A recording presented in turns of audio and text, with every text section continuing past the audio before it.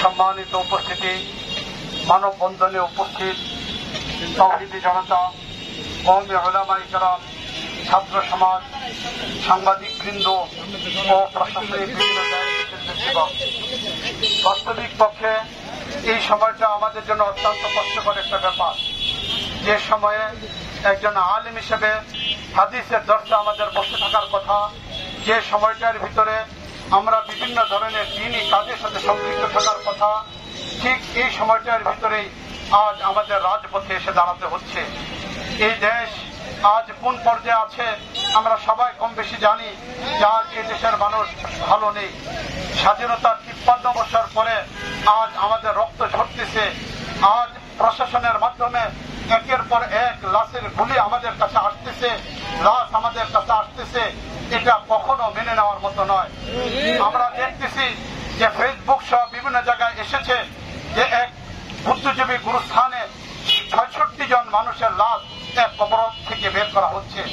এটা অত্যন্ত দুঃখজনক বিষয় যে আজকে এই পরিমাণ মানুষ মারা যাচ্ছে। সরকারি হিসাব অনুযায়ী 266 জন মানুষ মারা গিয়েছে, বেসরকারি হিসাব অনুযায়ী হাজার হাজার মানুষের লাশ পড়তেছে। এটা একটা স্বাধীন দেশে কখনো হতে পারে না।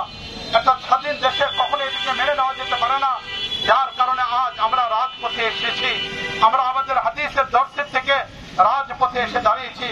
আমরা আপনাকে বলতে চাই, যে কোনো প্রক্রিয়া হোক এই বিষয়গুলিকে বন্ধ করতে হবে।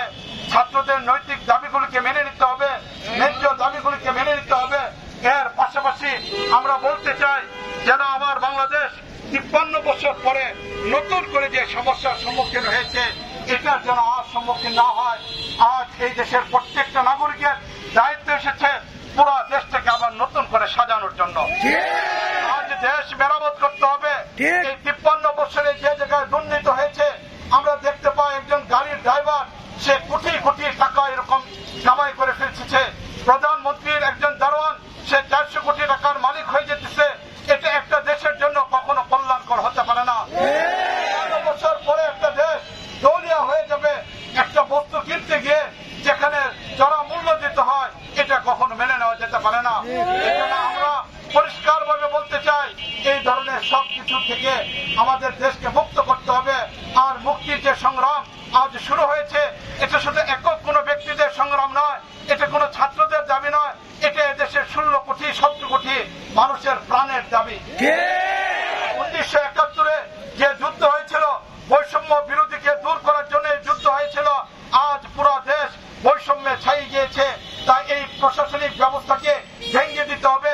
শাহুলিউল্লাহ মুহাদ্দিস দেওলভী রাহমাতুল্লাহ আলাইহি যে স্লোগান দিয়েছিলেন, ফুক্কুকুল্লা নিজামিন হাত্তা ইউকামা নিজামু সাহিহা, ধরে ধরে সমাজকে ভাঙতে হবে, নতুন সমাজ গড়তে হবে। আজ আমরা এই ঘোষণাই দিতে চাই, এই সমাজ ব্যবস্থাকে ভেঙে দিয়ে নতুন করে একটা ইসলামী সমাজ তৈরি করতে হবে। তাহলে কেবলমাত্র সুন্দর একটা দেশ অর্জন হবে। এছাড়া এই দেশ দুর্নীতি থেকে মুক্ত হবে না, কোন অবস্থায় দেশের টাকা বিদেশে পাচার হওয়া থেকে বন্ধ হবে না। এই সব কিছু থেকে বন্ধ হওয়ার জন্যই একমাত্র পথ হলে এটা নতুন করে প্রশাসনকে সাজাইতে হবে, এই দেশকে তৈরি করতে হবে। আর এই দেশকে সাজানোর জন্য এটা শুধুমাত্র ছাত্রদের আন্দোলনের দ্বারা সম্ভব নয়। আজ ছাত্ররা শুরু করেছে, আজ এই দেশকে যারা ভালোবাসে, যারা এই দেশের জন্য জীবন দিয়েছে, 71-এ যারা জীবন দিয়েছিল, সে সকল মুক্তিযোদ্ধাকে বলবো তাকিয়ে দেখো আজ এই দেশের দিকে, সে দেশ দুর্নীতি ভরে গিয়েছে। তোমরা যদি সত্যি 71-এ মুক্তিযুদ্ধ হয়ে থাকো, তাহলে রাস্তায় নেমে আসো,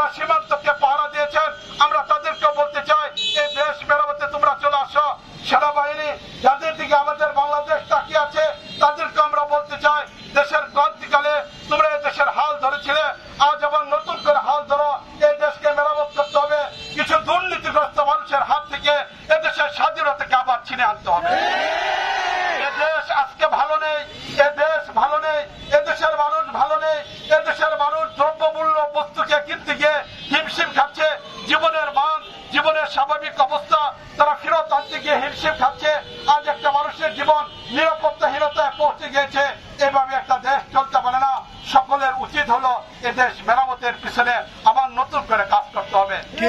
আমি বলবো যারা অটো চালক, যারা শ্রমিক, যারা দিনমজুর, যারা যে পেশার সাথে সম্পর্ক থাকে না কেন, চাকরিজীবী হয়, সরকারি চাকরিজীবী হয়, বেসরকারি চাকরিজীবী হয়, হোটেলের মালিক হয়, দোকানদার হয়, ডাক্তার হয়, ইঞ্জিনিয়ার হয়, যারা যে অবস্থানের মধ্যে আছি, দেশকে মেরামতের কাজ চলতেছে, সকলের সম্মিলিতভাবে প্রচেষ্টা আবার দেশকে মেরামত করে সুন্দর করে তৈরি করার উদাত্ত এক আহ্বান জানিয়ে আজ আমরা কওমি উলামায়ে কেরামের পরিষদের পক্ষ থেকে যে মানববন্ধনের আয়োজন করেছিলাম, আমরা আনুষ্ঠানিকভাবে এই অনুষ্ঠান এখন আমরা সমাপ্ত করতেছি। জাতির প্রয়োজনে যে কোনো সময় আবার আমরা রাজপথে নেমে আসবো। সকলের প্রতি দেশ মেরামতের প্রতি উদাত্ত আহ্বান জেনে আজকের এই প্রোগ্রাম সমাপ্ত করলাম। ওয়া আখিরু দাওয়ানা আনিল হামদুলিল্লাহি রাব্বিল আলামিন।